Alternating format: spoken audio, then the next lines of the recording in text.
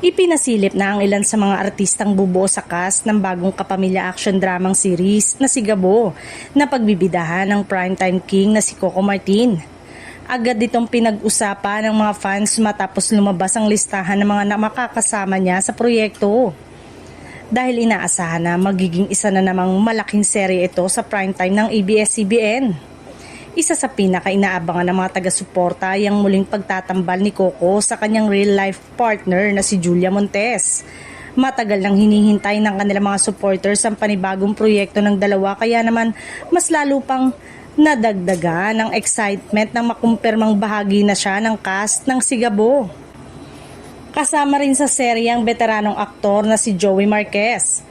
Makakadagdag din ng kakaibang kulay sa proyekto ang mga kilalang rapper na sina Smaglas at Basilio na inaasahang magdadala ng ibang timpla sa mga eksena ng serye.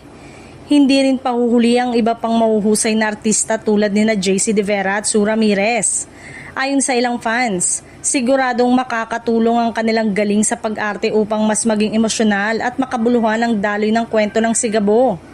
Dagdag pa ng matitinding pangalan sa cast ang mga batikang character actor na sina Suliman Cruz, Art Acuña, Lau Rodriguez, Mark Solis at Ryan Martin. Dahil sa kanilang karanasan sa industriya, inaasahang magiging mas makatotohanan at mas intense ang mga eksena sa serye.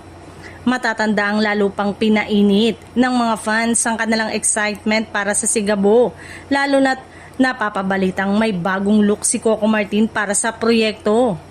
Marami ang naniniwalang magiging isa na naman itong malaking hit sa telebisyon, lalo na matapos ang matagumpay na kanyang naunang serye na FPJ Batang Quiapo.